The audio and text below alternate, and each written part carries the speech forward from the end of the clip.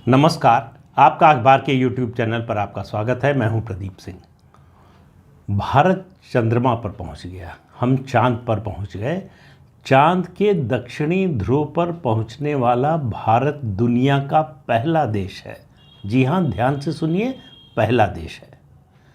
और इससे पहले 4 देश, हम चौथे देश हैं जो चंद्रमा पर सॉफ्ट लैंडिंग में कामयाब हुए हैं। लेकिन चंद्रमा के दक्षिणी ध्रुव पर आज तक दुनिया का कोई देश नहीं पहुंचा। पहुंचने की कोशिश रूस ने भी की थी कुछ ही दिन पहले। उनका लूना 25 जो है वो क्रैश कर गया। रूस अंतरिक्ष विज्ञान के मामले में हमसे बहुत आगे है, ये बताने की ज़रूरत नहीं है। इसके बावजूद भारत चौथा देश है, अमेरिका, चीन, रूस के बाद, जो चंद्रमा पर सॉफ्ट लैंडिंग में कामयाब हुआ है। हमारा चंद्रयान 3 लैंड कर गया। आपको याद होगा 4 साल पहले, आज से 2019 में चंद्रयान 2 क्रैश लैंड कर गया था। उसका दर्द पूरे देश ने महसूस किया और 4 साल से वो दर्द हमें साल रहा था। लोगों की याद में, स्मृति में वो दृश्य अभी तक अंकित है, जब इसरो के उस समय के चेयरमैन रोए थे क्रैश लैंडिंग के बाद, और प्रधानमंत्री उन्हें ढाढ़स बंधा रहे थे। वो दृश्य पूरे देश ने, पूरी दुनिया ने देखा, और भारत की इस उपलब्धि को पूरे देश और पूरी दुनिया ने देखा।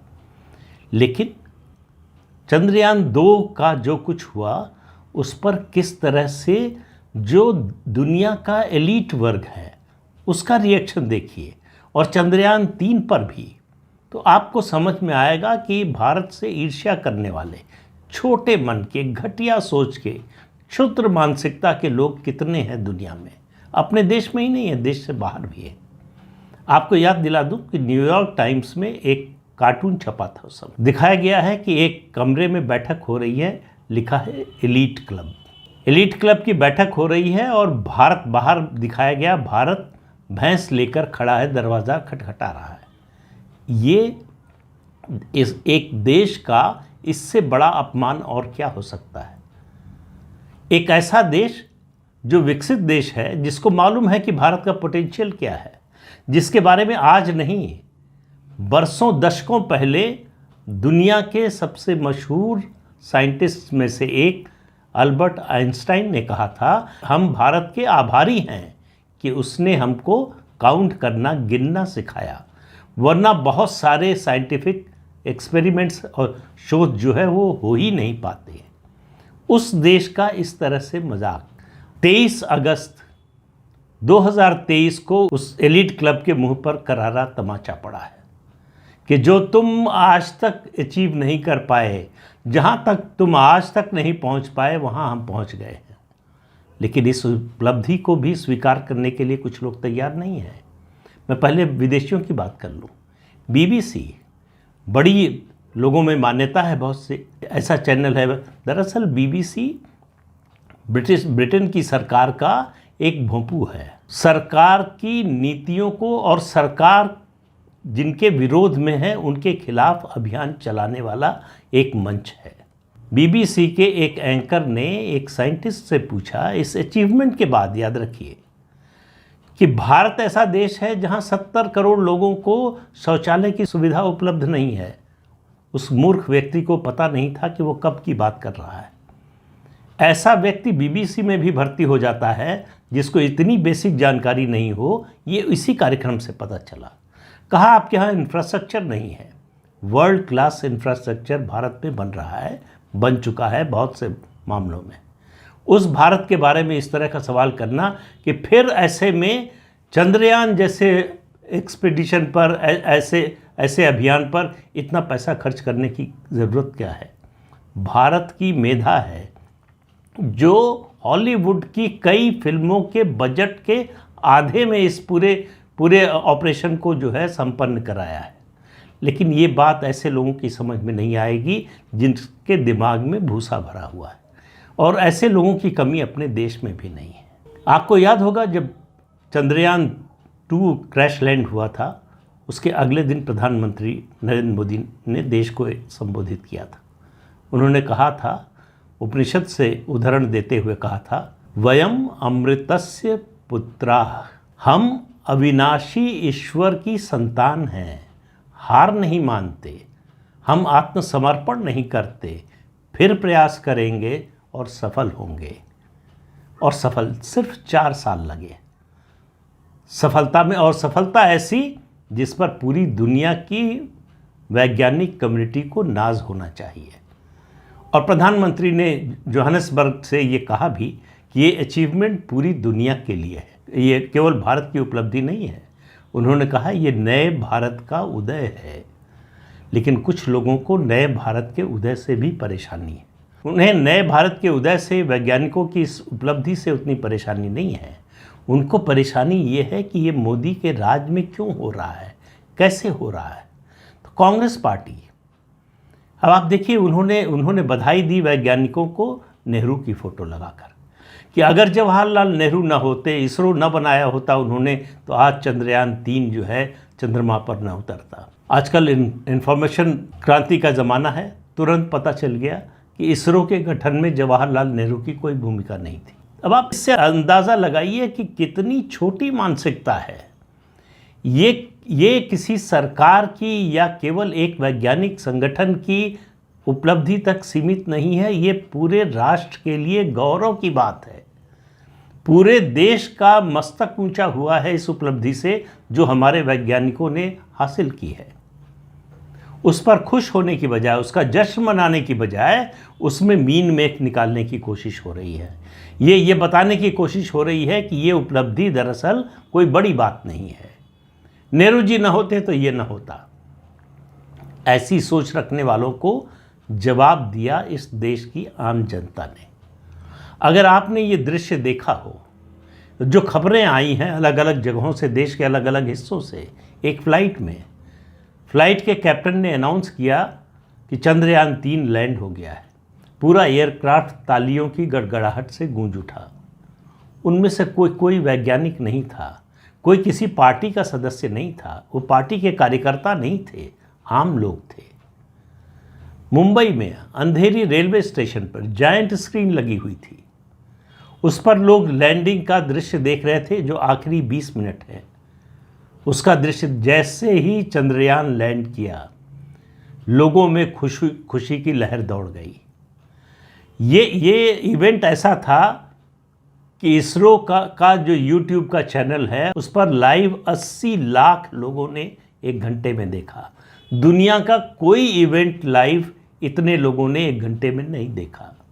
बड़े बड़े फुटबॉल मैच जो सबसे ज़्यादा देखे जाते हैं उनमें भी नहीं। ये है भारत की उपलब्धि, और ये है भारत की उपलब्धि पर इस देश के आम लोगों का गर्व, उनकी खुशी का प्रदर्शन। ये दुनिया में कोई ऐसा देश नहीं है जो अपनी वैज्ञानिक उपलब्धि पर इस तरह से जश्न मनाता हो, इस तरह से खुशी मनाता हो। ये बात हमारे देश के कुछ नेताओं को, कुछ पार्टियों को आज भी समझ में नहीं आ रही कि जनता इसे किसी सरकार, किसी नेता, किसी संगठन की उपलब्धि के रूप में नहीं, देश की उपलब्धि के रूप में देख रही है और उसका जश्न मना रही है। और इस बात से कौन इनकार कर सकता है कि जब ये उपलब्धि हासिल हुई है तब इस देश के प्रधानमंत्री नरेंद्र मोदी हैं। अब सवाल उठता है, कहा जाता है कि ये उपलब्धि तो वैज्ञानिकों की है, इसमें प्रधानमंत्री का क्या योगदान। तो मैं कांग्रेस के लोगों से पूछना चाहूँगा, 1971 के बांग्लादेश युद्ध का श्रेय इंदिरा गांधी को देते समय क्या वो ये बताना चाहते हैं कि इंदिरा जी टैंक में बैठकर लड़ने गई थी फ्रंट पर? जो नेता होता है, प्रधानमंत्री होता है, जो राष्ट्र प्रमुख होता है, राष्ट्रीय अध्यक्ष होता है, उसका दायित्व क्या होता है? उसका दायित्व होता है विल पावर। वो काम करता है फैसिलिटेटर का, चाहे सेना की उपलब्धि हो, चाहे वो वैज्ञानिकों की उपलब्धि हो या किसी और क्षेत्र में हो, खेल के क्षेत्र में, दूसरे क्षेत्रों में, उसमें सरकार और सरकार के मुखिया की भूमिका एक सहायक की होती है। ऐसी परिस्थितियां बनाने की जिनसे ये अचीवमेंट, ये उपलब्धि हासिल की जा सके। 2013 में नरेंद्र मोदी के प्रधानमंत्री बनने से पहले इसरो का बजट था 5,000 करोड़ से कम का। आज 2023 में बजट है 12,500 करोड़ का। ये किया मोदी ने किसी तरह की कोई कमी नहीं होने दी रिसर्च प्रोजेक्ट के लिए या किसी रिसर्च प्रोजेक्ट के लिए। और याद कीजिए, चंद्रयान 2 के बारे में उस समय के इसरो प्रमुख का बयान जो अखबारों में छपा है, आज नहीं छपा, उस समय छपा था, कि हमको लैंडर विकसित करने के लिए, रोवर विकसित करने के लिए फंड चाहिए, जो फंड नहीं है हमारे पास। रूस ने अपने यहाँ नियम बदल दिए हैं। रूस से अब हमको लैंडर मिलने में कम से कम 8 से 10 साल लगेंगे। हमको अपना डेवलप करना पड़ेगा, उसके लिए फंड चाहिए। मनमोहन सिंह की सरकार वो फंड देने को तैयार नहीं हुई। इसकी वजह से वो प्रोजेक्ट बहुत लंबे समय तक डिले हुआ। ये फ़र्क है सरकार के मुखिया के विल पावर होने और न होने का। राजनीतिक इच्छा शक्ति की कमी और राजनीतिक इच्छा शक्ति होने का ये किया मोदी ने। मोदी ऐसे नेता हैं जो रुकते नहीं हैं। चंद्रयान 3 की सफलता का जश्न मनाया जा रहा है और प्रधानमंत्री नरेंद्र मोदी घोषणा कर रहे हैं कि सितंबर के पहले सप्ताह से आदित्य L1 की शुरुआत होगी, उस पर काम शुरू हो जाएगा। यानी हम चांद के बाद सूरज पर पहुंचेंगे। सूरज पर पहुंचने का प्रोजेक्ट शुरू हो जाएगा। इसके साथ ही उन्होंने कहा कि आप इस पर भी काम कीजिए कि शुक्र पर पहुंचने के लिए। तो ये मोदी है जो रुकते नहीं हैं, किसी एक उपलब्धि से संतुष्ट होकर चुपचाप बैठते नहीं हैं। ये फर्क है दूसरे प्रधानमंत्रियों में और नरेंद्र मोदी में।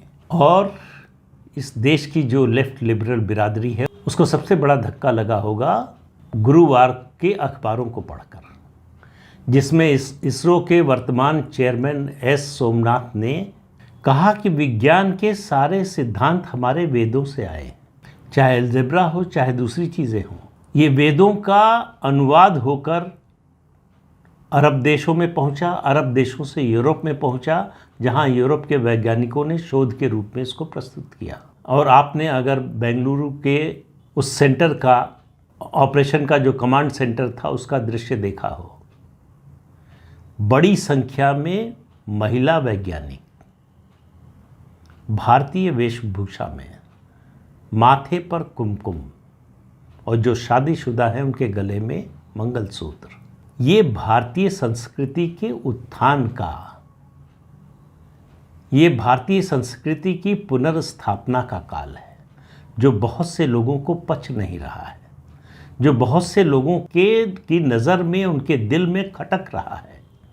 इसमें यूरोप भी शामिल है, इसमें अमेरिका भी शामिल है, इसमें देश के अंदर के लोग भी शामिल हैं, इसमें वो भी शामिल हैं जो टुकड़े टुकड़े गैंग का समर्थन करते हैं, इसमें वो भी शामिल हैं जो हिंदुत्व के, हिंदू धर्म के खिलाफ हैं, सनातन धर्म के खिलाफ हैं, जिनको लगता है कि सबसे ज़्यादा बुराई अगर कहीं है तो वो सनातन धर्म में है।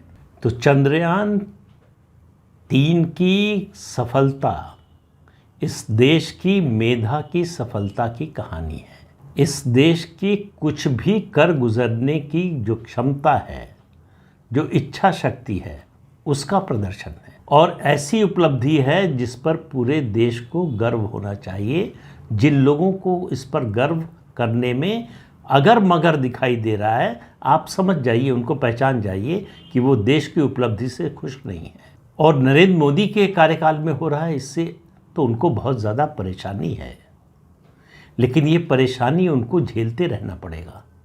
ये परेशानी का दौर बड़ा लंबा चलने वाला है, तो उनके लिए खुशी की खबर नहीं आने वाली है। देश के लिए खुशी की खबरें आने वाली, तो उसके लिए तैयार रहिए। तो इस अंक में इतना ही। अगले अंक में फिर मिलेंगे किसी नए मुद्दे के साथ। तब तक के लिए अनुमति दीजिए। आपसे अनुरोध है कि चैनल देखिए, शेयर कीजिए, लाइक कीजिए और सब्सक्राइब जरूर कीजिए। नमस्कार।